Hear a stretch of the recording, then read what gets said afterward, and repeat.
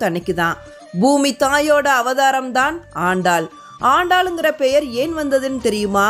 சிம்ம ராசியில ஆண்டாளோட அவதாரம் அப்படிங்கிறது பிறப்பு முதலே வாழ்க்கையிலும் வார்த்தையிலும் ஒரு கம்பீரம் இருந்தது, ஆளுமை இருந்தது. மானிடருக்கு வாழ்க்கைப்பட்டு வாழ மாட்டேன், அந்த மாதவனுக்கே வாழ்க்கைப்படுவேன் அப்படிங்கிற துணிவு இருந்தது.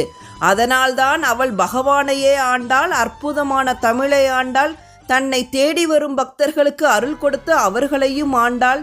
தன் தூய்மையான அன்பினால் அந்த அரங்கனையே ஆண்டவளாக இருந்ததால் தான் ஆண்டாள் அப்படிங்கிற பெயர் மிக பொருத்தமாக அமைந்தது.